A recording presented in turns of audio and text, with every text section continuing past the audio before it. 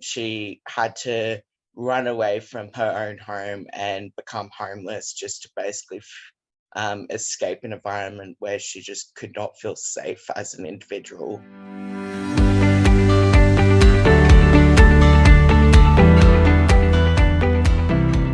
So, for those who might not know about Sylvia, she's a transgender woman who fought for the inclusion of transgender and other gender non-conforming people in the mainstream lesbian and gay communities. She was a tireless advocate for those silenced and disregarded by larger movements, and throughout her life fought against the exclusion of transgender people, especially transgender people of color, from the larger movement for gay rights. Her story isn't an easy one. So at a very young age, she was openly expressing herself. And during the time of when she was young, it was the 1950s. So easy enough, you could probably get the assumption that it wasn't an easy time to be out and about and to be who you are as a queer / LGBTQI plus person. So with not having that acceptance and being someone who quite enjoyed wearing makeup, quite enjoyed pretty much cross-dressing, she had to run away from her own home and become homeless just to basically escape an environment where she just could not feel safe as an individual. She how like and this was obviously quite damaging to herself, but in the end of the day, what happened was that she was able to be taken in by a local community, and by a local community of drag queens who had become close friends with especially Marsha P. Johnson, who's also an African American self-identified drag queen and activist. And something that Sylvia and Marsh were able to connect on was the fact that they were both battling exclusion in a movement for gay rights that did not embrace their gender expression as individuals. So Sylvia, alongside Marsha, was actually actively involved in the Stonewall Inn uprising, which, for those who are unaware, is basically a bunch of it was basically a movement that just sparked relatively during the early 1970s, and just sort of set a new tone for the gay rights movement towards the queer liberation movement, and kind of told the police who were being intimidating and using their powers as an institution to abuse the queer people, that basically just told them, like, it was queer people saying, no, this is enough. So as part of that movement, she was very much heavily involved. She resisted arrest and led a series of protests against the raids that were happening against queer people.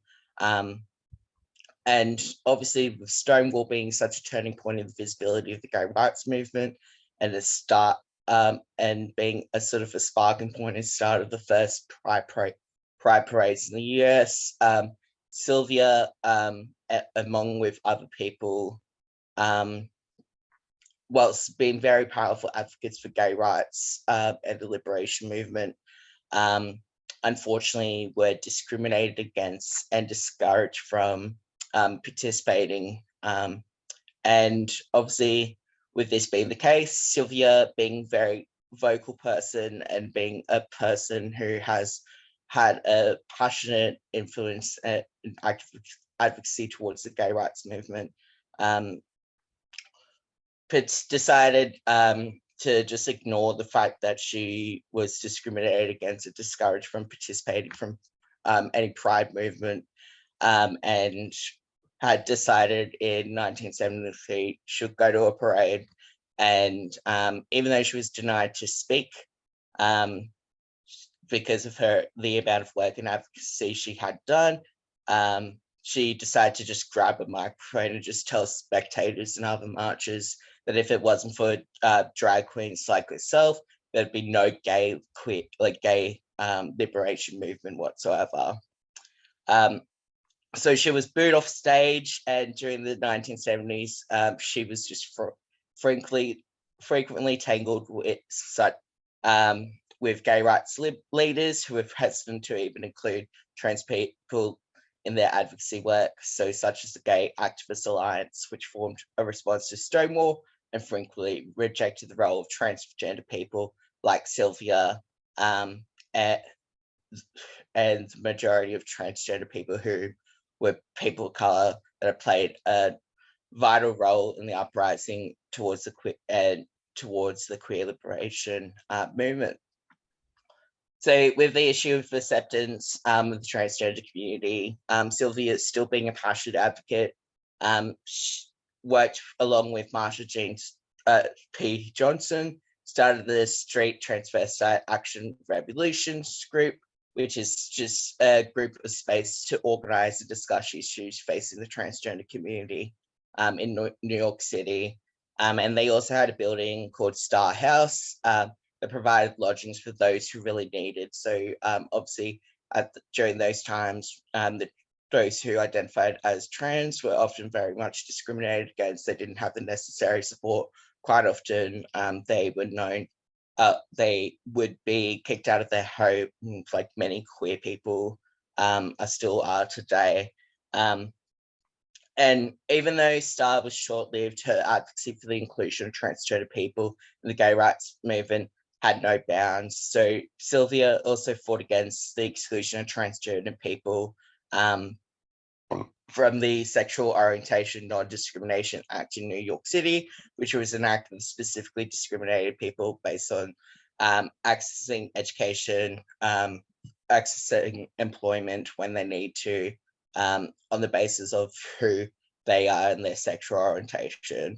So just to conclude, Rivera's lifelong activism and other efforts is really amazing because she helped put the T in LGBT rights movement, expanding the right for lesbian, gay, and bisexual people and queer rights. She was the first people one of the first people to highlight that the movement needed to be inclusive, and she was vocal about this. She used her outsider status to help make change and was later honored at the 25th anniversary of the celebration of the Stonewall in riots, even with all the discrimination she faced and the advocacy she had to do. She's continued, like her legacy lives on basically through other projects that continue to advocate to remove the discrimination, harassment, and violence of the transgender community.